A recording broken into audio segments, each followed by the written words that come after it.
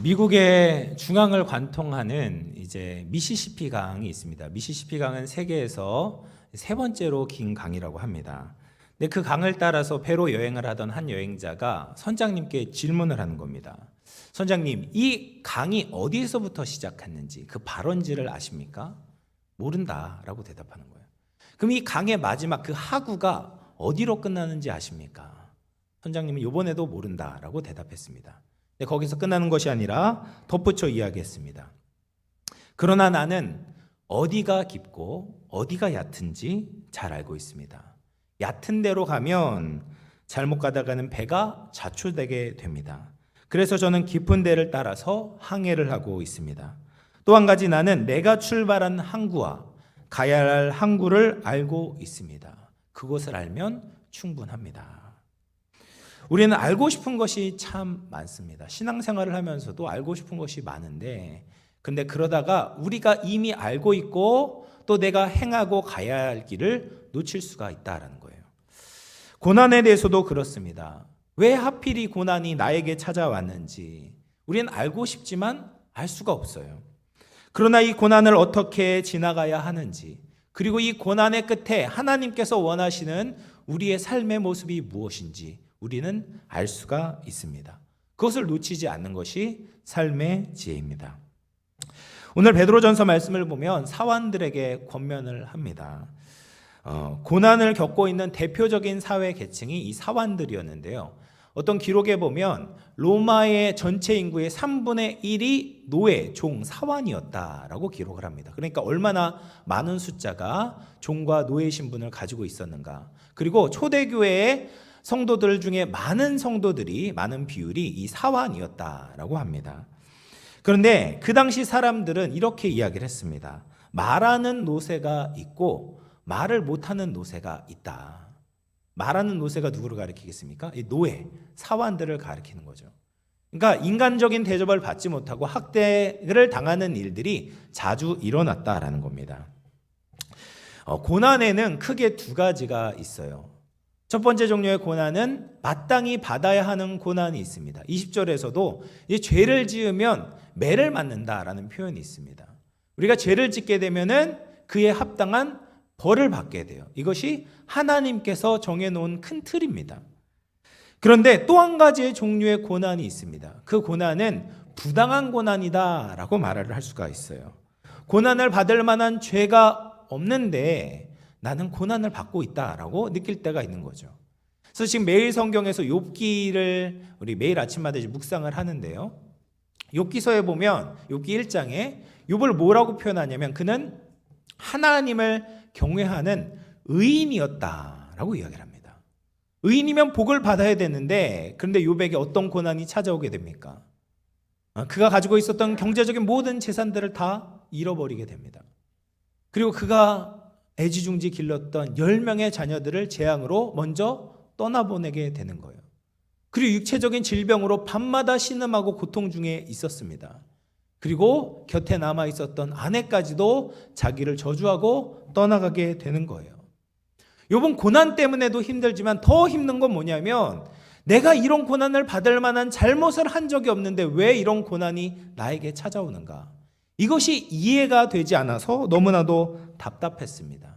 이것을 성경에서는 애매한 고난 혹은 부당한 고난이라고 표현을 하는 것이죠.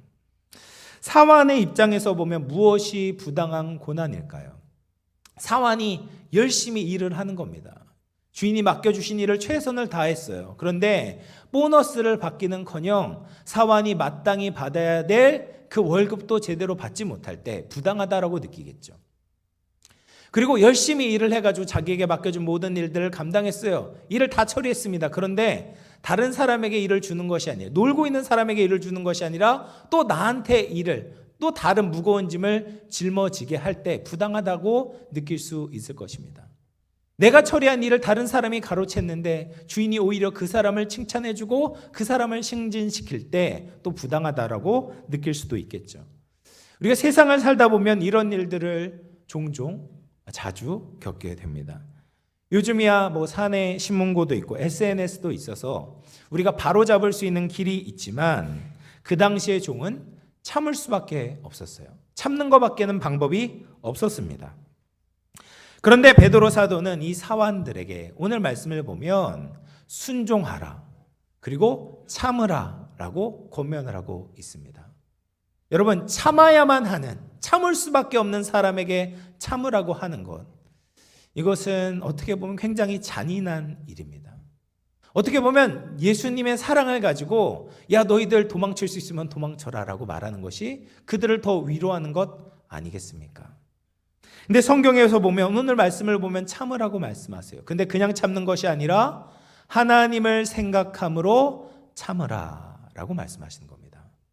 그러면 우리가 하나님을 생각함으로 참는 것은 무엇인가? 오늘 말씀을 통해서 세 가지 교훈을 살펴보도록 하겠습니다. 먼저, 예수님의 고난을 생각하며 참는 것이 하나님을 생각함으로 참는 것입니다. 여러분, 베드로는 어떤 인물이었습니까? 어떤 사도였습니까? 참을성과는 거리가 먼 사도였죠.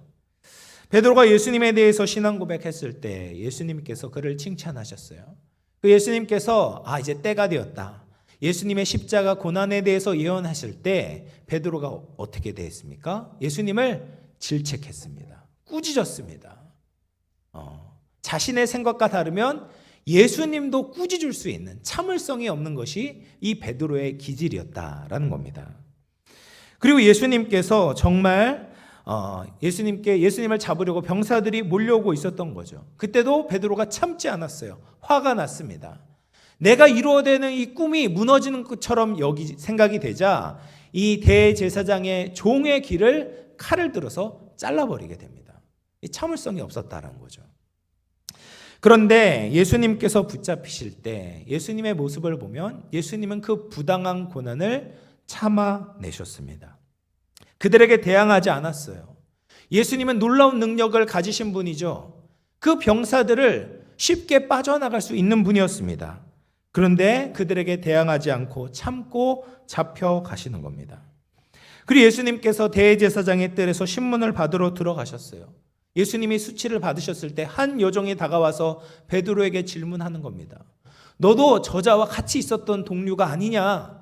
그의 제자가 아니냐?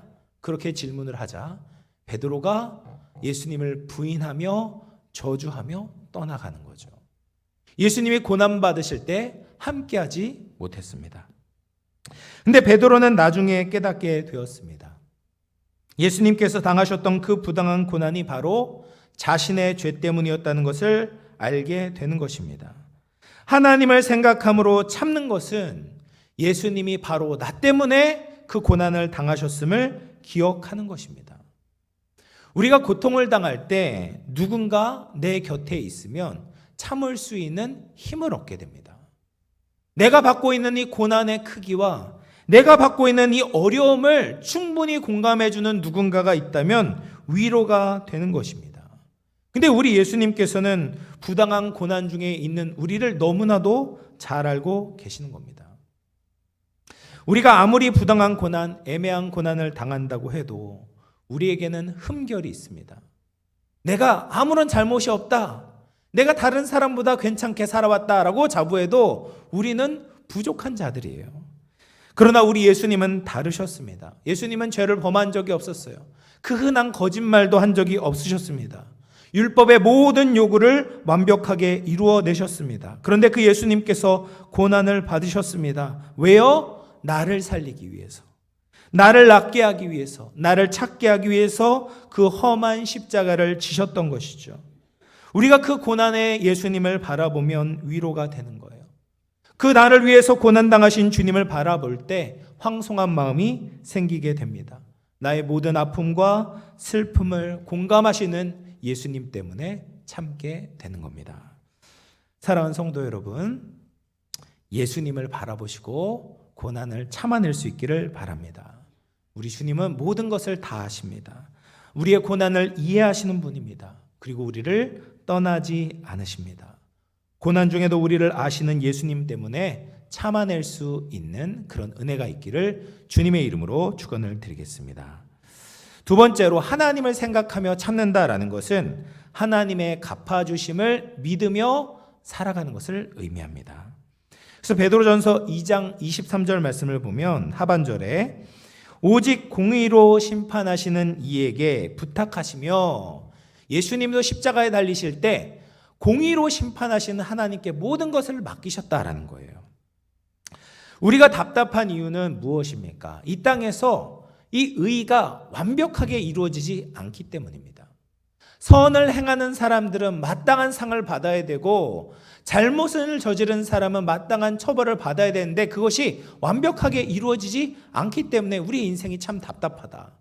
그리고 그것의 피해자가 내가 되었을 때 너무나도 힘이 드는 거예요. 좌절감이 몰려오게 되는 겁니다. 그런데 이 땅에서는 공의가 실현되지 않는 영역이 늘 남아있게 되는 겁니다. 내가 받아야 되는 보상을 늘 다 받을 수가 없어요. 심은 대로 다 거두지 못하게 됩니다. 그럴 때 원망의 마음을 남겨두게 된다면 어떻게 되겠습니까? 나는 잠재적인 가해자가 될 수 있는 거예요.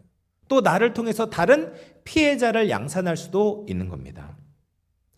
속담에 이제 종로에서 뺨 맞고 한강에서 눈을 긴다라는 말이 있잖아요.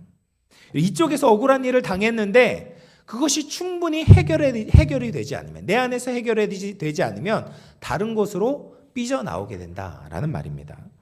가게를 운영하는 사람이 있습니다. 그런데 한 손님에게 갑질을 당했어요. 근데 이것이 해결되지 않으면 다른 가게에 가서 또 다른 갑질을 할 수도 있다라는 거죠.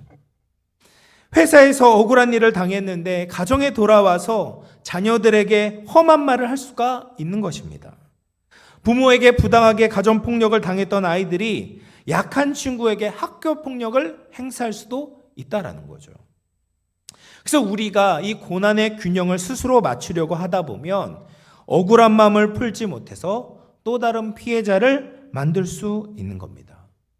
하나님을 생각함으로 참는다라는 것은 내가 입은 이 손해를 하나님의 공의로운 심판에 맡기는 겁니다. 내가 받지 못한 부분, 내가 받지 못한 인정들, 내가 이 받게 된 이 피해들을 하나님께서 기억하시고 갚아주신다는 것을 믿는 것입니다.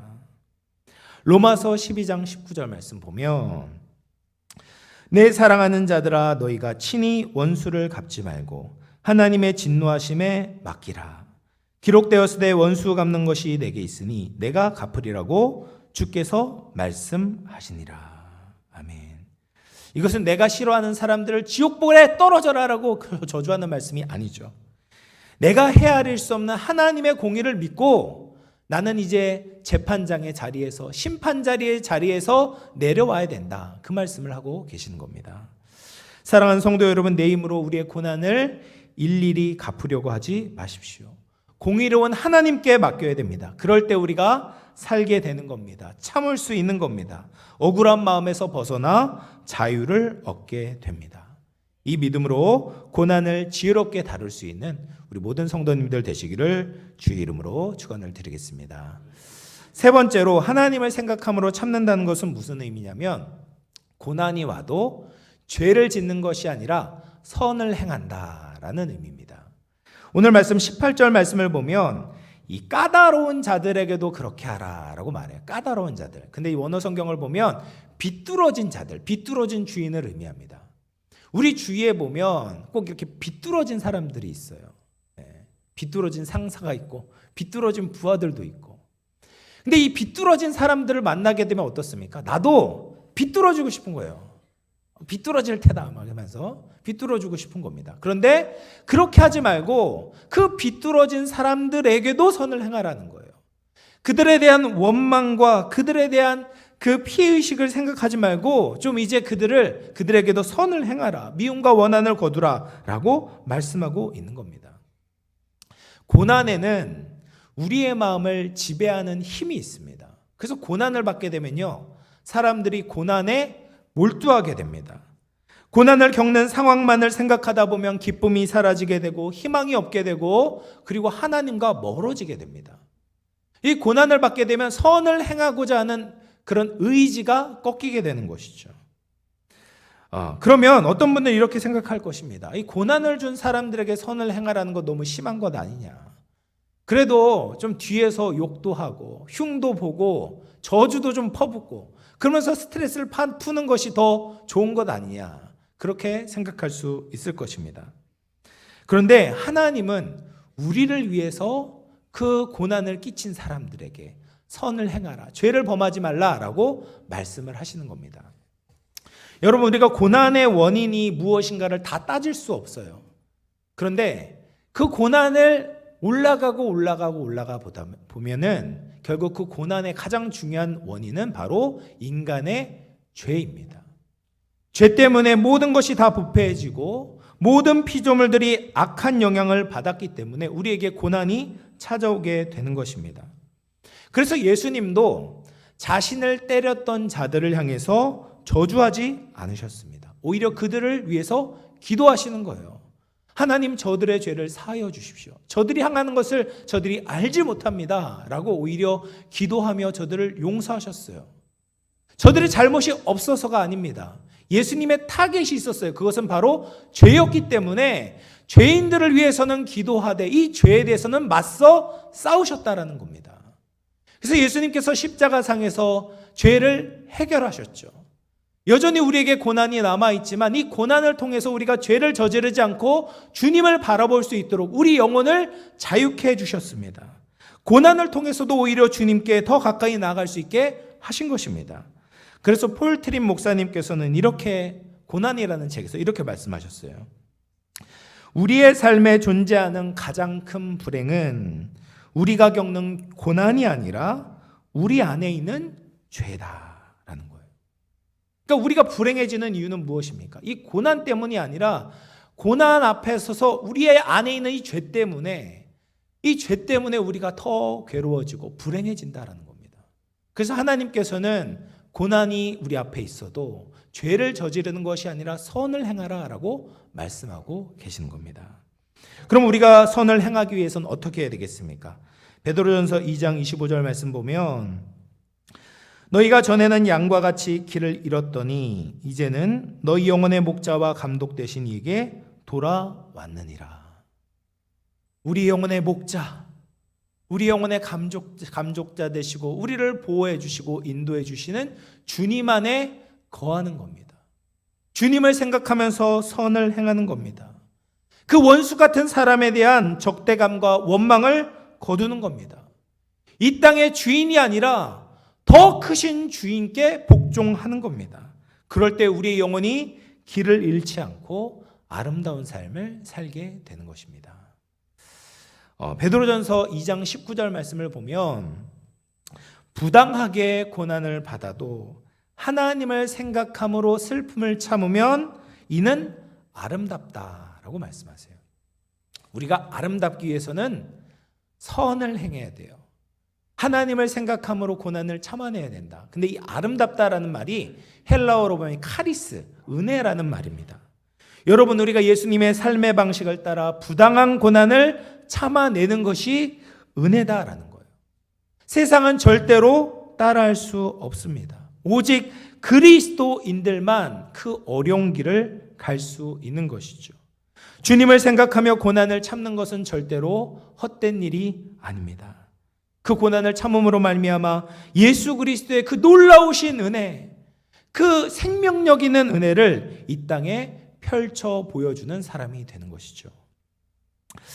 한 불행한 예술가가 있었습니다. 그는 10살도 되기 전에 고아가 되었습니다. 그래서 이 배고픈 청소년기를 보냈던 것이죠. 근데 장성한 뒤에도 그 불행이 계속되었습니다. 결혼한 지 13년 만에 아내와 사별하고 재혼을 했습니다. 근데 그에게는 이제 20명의 자녀들이 있었는데 그 중에 10명의 자녀가 10살이 되기 전에 죽게 되었어요. 그리고 그 남은 가운데 하나도 정신적으로 문제가 있었습니다. 근데 이 예술가는 노후에도 비참했습니다. 인생의 말년에 시력을 잃게 되었고 뇌출혈로 인해서 반신불수가 되기도 했습니다. 근데 그는 이 고난과 역경을 뚫고 끊임없이 작품을 써내려갔어요. 그의 작품마다 첫머리에는 그리스도의 이름이다, 그리스도의 이름으로 라고 쓰고 작품의 마무리에는 오직 하나님께 영광이라고 썼습니다. 이 사람은 바로 작곡가 요한 세바스찬 바흐인 거죠. 우리가 바흐를 모르는 사람은 없죠. 한 번쯤 들어보지 않았습니까? 근데 이 바흐가 만들었던 그 명곡 안에는 그의 고난이 담겨 있던 거죠. 뿐만 아니라 그 고난을 하나님을 생각함으로 참아낼 때 그는 고난 가운데 하나님의 음성을 듣고 하나님의 영광을 드러낼 수 있었던 것입니다. 그의 인생 가운데 찾아왔던 그 고난을 믿음의 힘으로, 신앙의 힘으로 이겨낼 때 많은 사람들에게 하나님의 영광을 보여줄 수 있는 명곡을 만드는 성공한 인생, 복된 인생으로 살 수 있었습니다. 사랑하는 성도 여러분, 말씀을 마무리하겠습니다. 우리는 고난의 원인을 다 알 수 없습니다. 그러나 고난에 대해서 어떻게 맞서야 하는지 하나님께서 우리에게 말씀해 주고 계십니다. 하나님을 생각함으로 고난을 참고 견뎌야 합니다. 그러면 그 부당한 고난 안에 있는 선물을 발견하게 될 것입니다. 고난을 지나가며 예수님의 깊은 사랑과 은혜를 경험할 수 있습니다. 예수님의 형상을 닮아 더 아름다운 은혜의 꽃을 피우게 될 것입니다. 우리 인생에 찾아오는 부당한 어려움, 애매한 고난을 신앙의 힘으로 이겨내며 신앙의 승리, 삶의 승리로 하나님께 영광 돌릴 수 있는 우리 모든 주의 권속들 다 되시기를 주님의 이름으로 축원을 드리겠습니다.